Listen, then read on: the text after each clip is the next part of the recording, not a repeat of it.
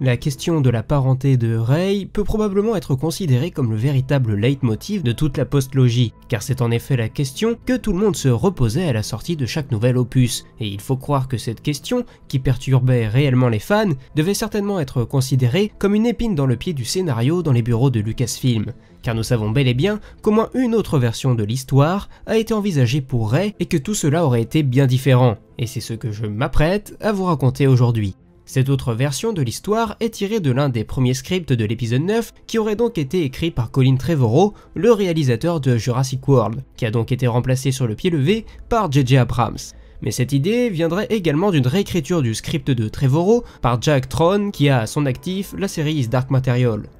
Bref, dans cette autre version du film, il aurait été révélé que Rey aurait été la fille d'une domestique de la famille Solo. La mère aurait donc été la cuisinière, la femme de chambre, mais également la nourrice de Ben Solo, le fils de Han et de Leia. De ce fait, Rey et Ben auraient grandi ensemble et même s'ils n'avaient effectivement aucun lien de sang, une relation de grand frère et de petite sœur se serait créée entre eux. Ce scénario aurait donc suivi de beaucoup plus près la ligne éditoriale du film The Last Jedi de Rian Johnson, avec les parents de Rey qui seraient d'une certaine manière personne. Bon, ils avaient évidemment un nom, et on reviendra là-dessus plus tard, mais du point de vue de la saga, la famille de Rey n'était pas connue.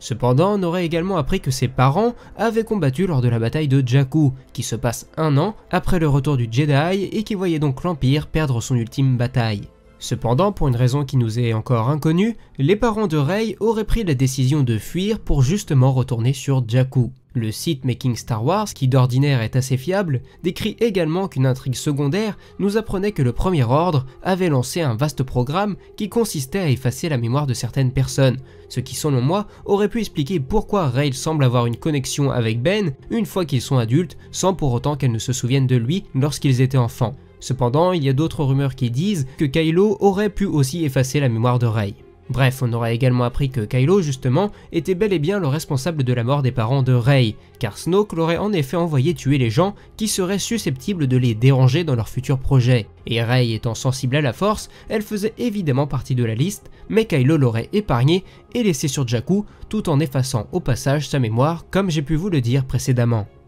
Plus tard, lors du film, alors que le combat final opposant Rey et Kylo Ren prend place sur Mortis, un lieu particulièrement mystérieux que l'on avait pu découvrir dans The Clone Wars, les deux opposants auraient tout d'abord tenté d'aspirer la force vitale de l'autre. Si vous n'êtes pas au courant, c'est un pouvoir que Kylo aurait acquis en s'entraînant auprès du possible maître de Dark Plagueis, et si vous voulez en savoir plus, je vous renvoie évidemment sur ma vidéo qui traite de ce sujet. Mais toute cette utilisation de la force ne leur permettrait pas de prendre l'ascendant lors du combat qui les oppose. Cependant, Kylo finirait par toucher Rey au visage, ce qui la rendrait aveugle. Ce qui ne manquerait pas d'ailleurs de faire écho au cas de Kanan dans la saison 2 de Rebels.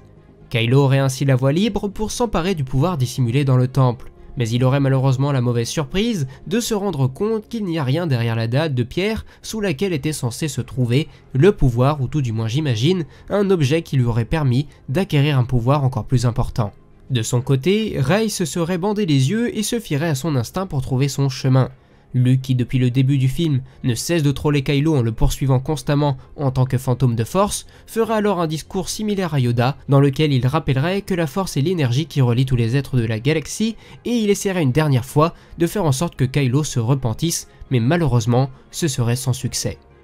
Le combat entre Kylo et Rey reprendrait de plus belle et cette fois-ci la Jedi prendrait l'ascendant en coupant le sabre et un bout de la main de Kylo. Mais celui-ci se servirait alors de son nouveau pouvoir qu'il aurait appris un peu plus tôt dans le film pour aspirer l'énergie vitale de Rey, ce qui lui permettrait de se guérir. Mais tandis que Rey agonise et le supplie d'arrêter, Ben finirait par revenir du côté lumineux grâce notamment à l'appel dans la force réalisé par sa mère, Leia Organa. Et dans un ultime acte de rédemption, Ben utiliserait toute l'énergie qu'il vient d'accumuler pour sauver Rey en lui apprenant au passage que son véritable nom de famille est Solana. Et c'est ainsi que Ben Solo mourrait en sauvant la dernière Jedi Rey Solana, et malgré l'apparition des anciens Jedi, Luke, Yoda et Obi-Wan, Ben ne peut être sauvé lui aussi. Toujours blessé, Rey serait alors projeté dans un monde astral où une lumière aveuglante envahirait l'ensemble du décor. Les 3 Jedi cités précédemment lui feraient face et lui diraient qu'elle a réussi là où ils ont tous échoué, et qu'elle est parvenue à trouver le parfait équilibre entre la lumière et l'obscurité.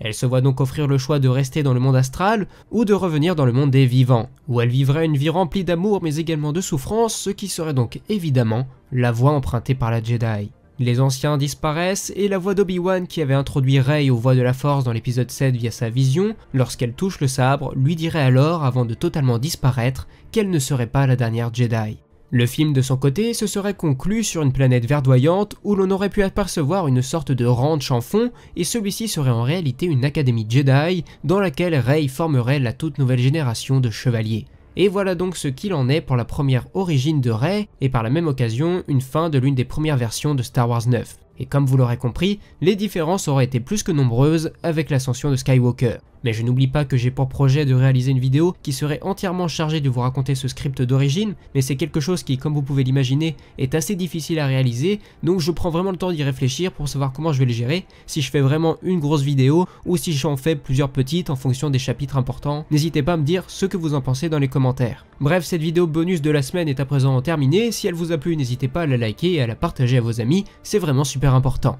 Si vous souhaitez vous aussi soutenir financièrement la chaîne, tous les liens sont dans la description, mais vous pouvez aussi tout simplement vous contenter de laisser un petit pouce bleu, un commentaire ou bien encore vous abonner à la chaîne, on se rapproche des 100 000, c'est juste incroyable. Enfin voilà, j'aimerais justement passer un petit message aux personnes qui soutiennent la chaîne sur YouTube et sur Utip, donc merci à Il était une fois une étoile, à Michel en Can Cosplay, à Yarkan, à Ahsoka Tano, à Elmred, à Timothée, à Charles, à Eric, à Nox Academia, à Sébastien Michaud, à Tissue, à Wasp, à The Space Babelier, à Darsturen, à Bastien, à Sylvain, à Flash Patine, à Zalandar et à tous les autres que j'ai pu oublier. Merci à vous tous, vraiment, vous êtes vraiment de plus en plus nombreux, c'est génial. Je vous invite également à me rejoindre sur mes divers réseaux sociaux, Twitter, Facebook, Instagram, tous les liens sont là encore dans la description. Enfin bref, moi il ne me reste plus qu'à vous dire à la prochaine, c'était Absolute et que la force soit avec vous, ciao.